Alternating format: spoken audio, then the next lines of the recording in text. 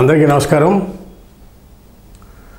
Janasena party ఆవిర్భావ దినోత్సవం సందర్భంగా కూటమిలో నిప్పులు చెలరేగుతున్నాయనేది ఈ సందర్భంగా తెలియపరుస్తున్నాం.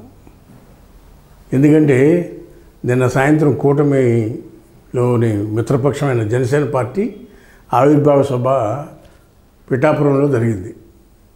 ఇది 11 సంవత్సరాలైన సందర్భంగా ఆవిర్భావ సభ పిఠాపురంలో జరిగింది. ఆ సభలో ఇటీవల ఎలక్ట్ అయిన నాగబాబు గారు కొన్ని వ్యాఖ్యానాలు చేశారు.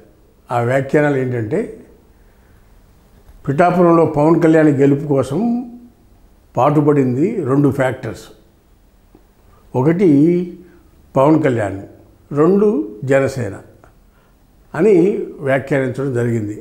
ఒకవేళ అలా కాకుండా ఎవరన్నా నేను గెలిపించాను అని అనుకుంటే అది వాళ్ళ కర్మ అని డైరెక్ట్గా కొన్ని లక్షల మంది సాక్షిగా నాగబాబు గారు ఈ వ్యాఖ్యానాలు చేశారు. అది ఎవరిని ఉద్దేశించి చేశారు అని ఆంధ్రప్రదేశ్ మొత్తం చర్చించుకుంటుంది. ఇప్పుడు ఆ గంటలోనే సోషల్ మీడియాలో విపరీతమైన ట్రోలింగ్, ఎవరిని? నాగబాబు గారిని. ఎందుకు చేస్తూ ఉన్నారు?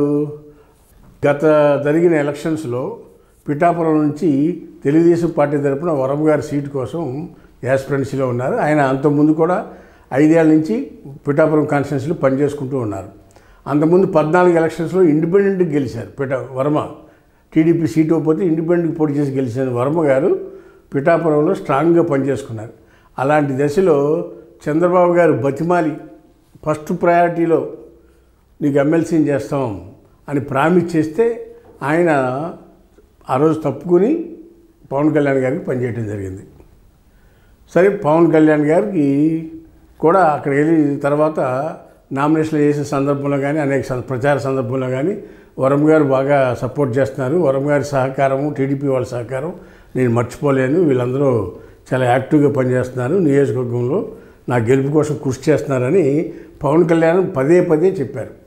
అంతేకాకుండా చంద్రబాబు నాయుడు గారు కూడా పదే పదే పవన్ కళ్యాణ్ గెలిపించాలని వరం గారికి చెప్పారు. ఇవన్నీ ఒక ఎత్తు అయితే నిన్న నాగబాబు గారి వ్యాఖ్యానం ఒక ఎత్తు. అవన్నీ కాకుండా టీడీపీ వాళ్ళు కూడా వరం గారికి ఇచ్చిన మాటని తప్పారు.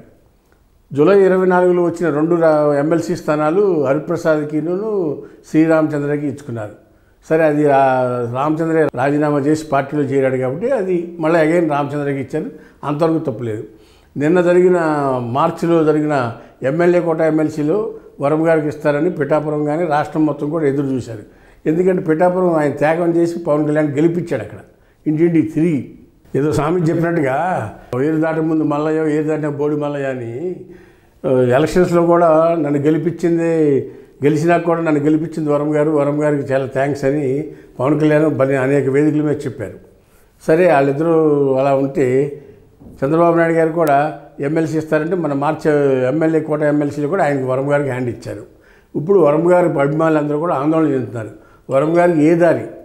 ఒకటి జనసేన పవన్ కళ్యాణ్ గారి వ్యూహాత్మకంగానే నాగబాబు పవన్ కళ్యాణ్ వ్యాఖ్యానాలు ఉన్నాయనేది వాళ్ళు ఆలోచిస్తున్నారు. ఎందుకంటే వరం గారు అక్కడ టీడీపీలో ఉన్నా, అక్కడ ఎలా ఉన్నా వీళ్ళకి పోటీనే ఎప్పుడైనా. కాబట్టి వరం గారిని కూటమిలో లేకుండా చేస్తే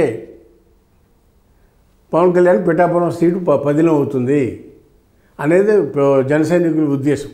అందుకే దొరబాబుని కూడా చేర్చుకున్నారు.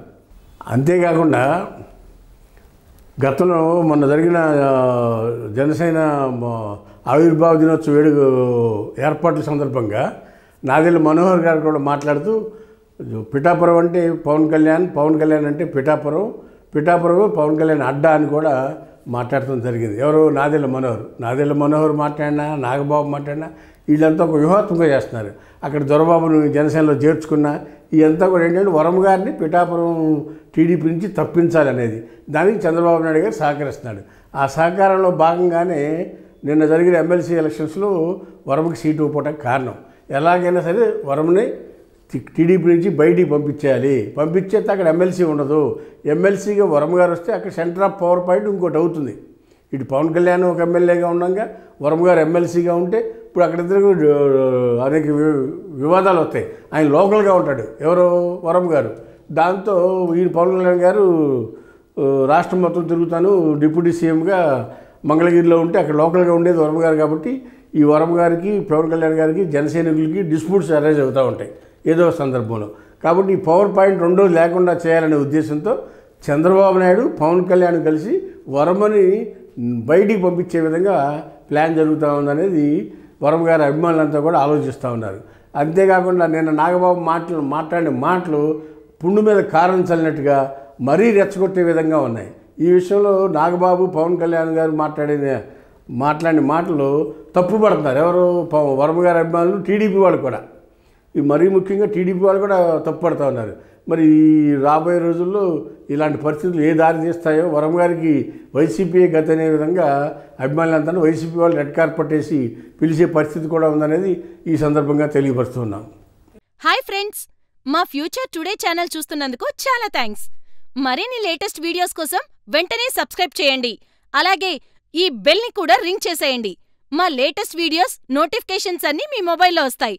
మా వీడియోస్ మీకు నచ్చితే లైక్ చేయండి, షేర్ చేయండి, నచ్చకపోతే కామెంట్ చేయండి.